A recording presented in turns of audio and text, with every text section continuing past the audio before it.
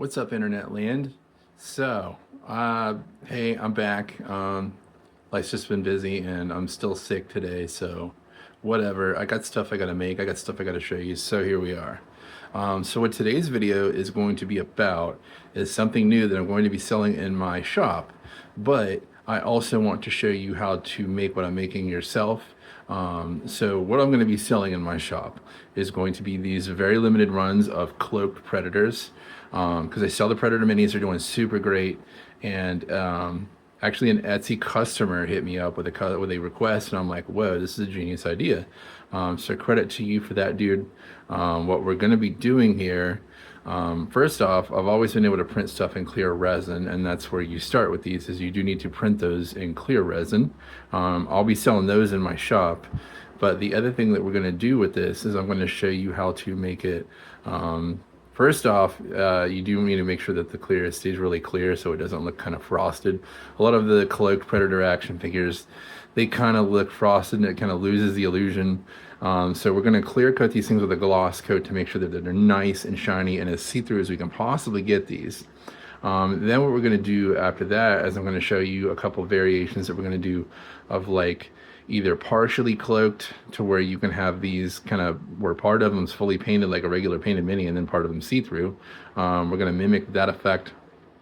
I also want to mimic the effect that you've seen in some of the movies where it's kind of like they're cloaked but there's like lightning kind of crackling around their body. We're going to try to do that too, see how that turns out. But that's what we're going to do. So I'll show you how to do these ones that I do with the clear resin. I may sell them like just clear minis, you paint them yourself, and then I will probably sell some painted with the different effects. But we're going to see how we do all the things that we do to make a really good looking cloaked or partially cloaked predator mini today.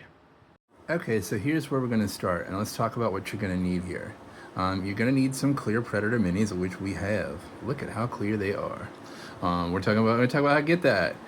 Anyway, so these have been printed in the clear resin, as I mentioned, but they don't come out like this. They do come out kind of frosted looking. So there's a trick to get them to be like super, super clear and glassy, because that's what we want here. So you need your clear mini.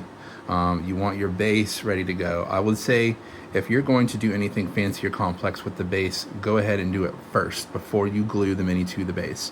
Now for these, because they're going to be just kind of straightforward, I'm just going to use like a base as is. You want to go ahead and like, you know, coat them in your primer and stuff like that.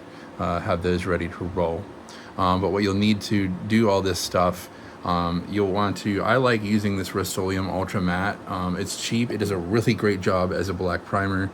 If you like my projects, that's what they're primarily done in. For like really, really fine details, sometimes I'll use like a Duplicolor auto body primer. But these do great for me. You're going to notice a theme in my stuff too, that I don't really use like stuff made for mini painting because it's usually not necessary. The other thing too, to get these things clear and protect them, we're using the Rust-Oleum Gloss Clear. It does have UV resistance in those. I haven't really had a chance to test this over time, but with this UV resistance, it should keep them from yellowing. If you have a NECA cloaked predator, yours is probably pretty yellow by now. Yellowing will happen from UV damage to clear plastic, and I'm hoping this will resist that at least a little bit, if not a lot. So these stay looking like this.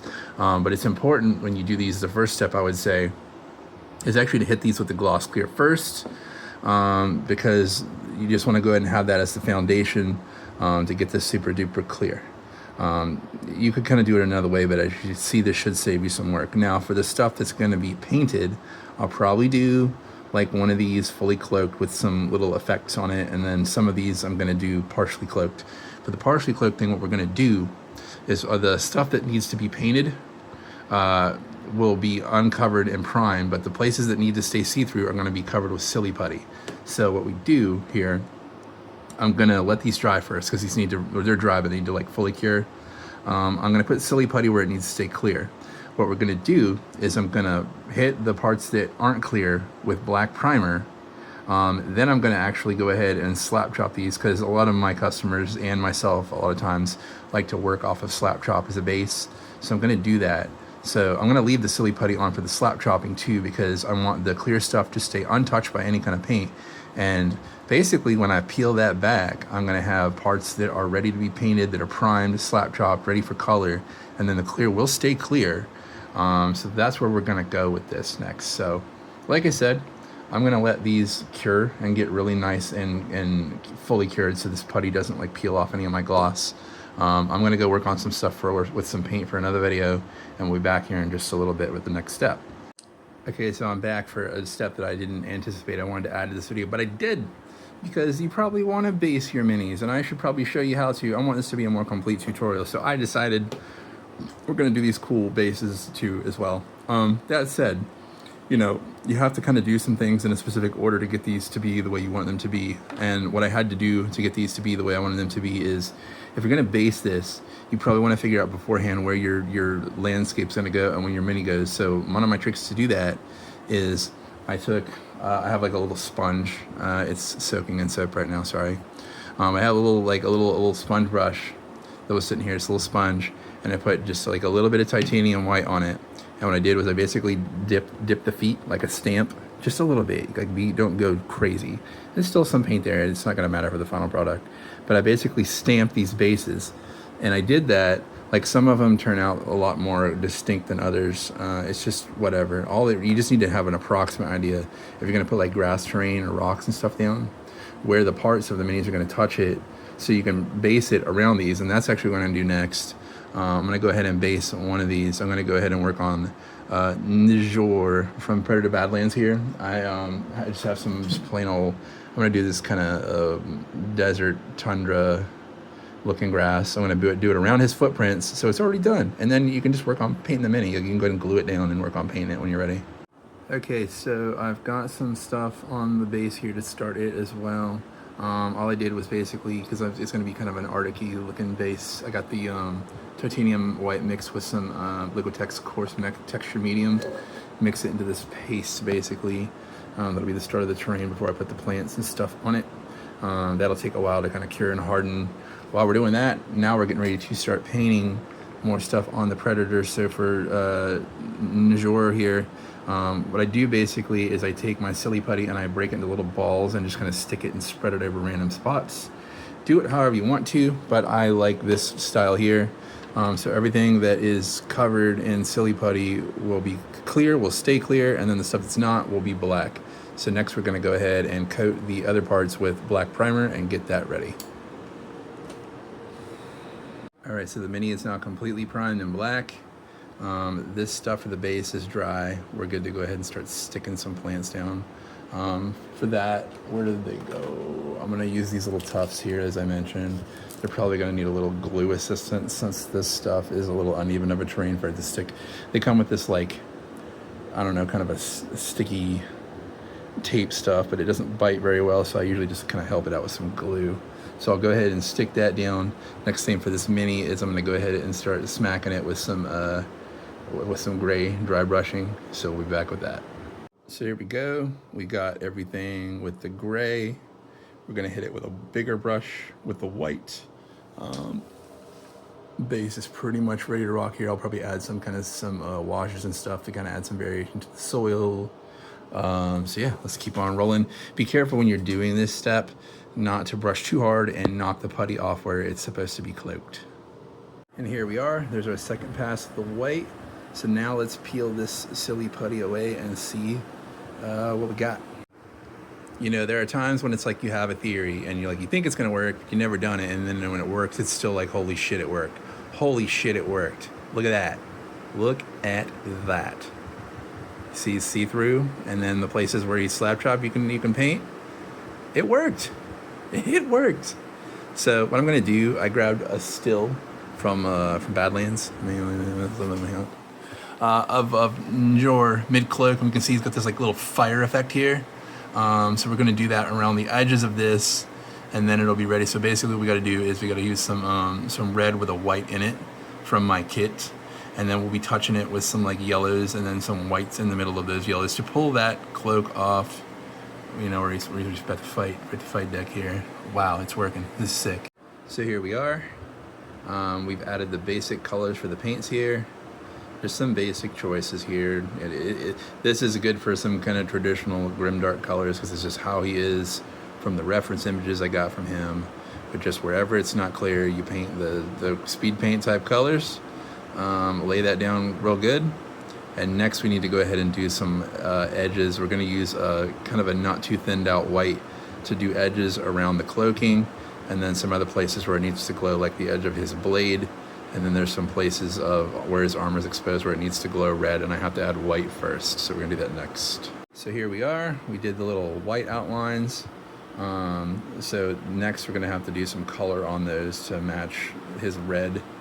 Whenever he cloaks, it's a red edge. Some predators are different, but that's how he is in that. And I'm trying to kind of closely match. There's some other parts of his armor that also have like kind of a different red. So I went ahead and did the whites for those. So that's where we're gonna go next. Base is basically ready. I hit it with some different washes. So I'm gonna go ahead and glue it down on the base and get ready to do the final colors. We're almost done with this piece.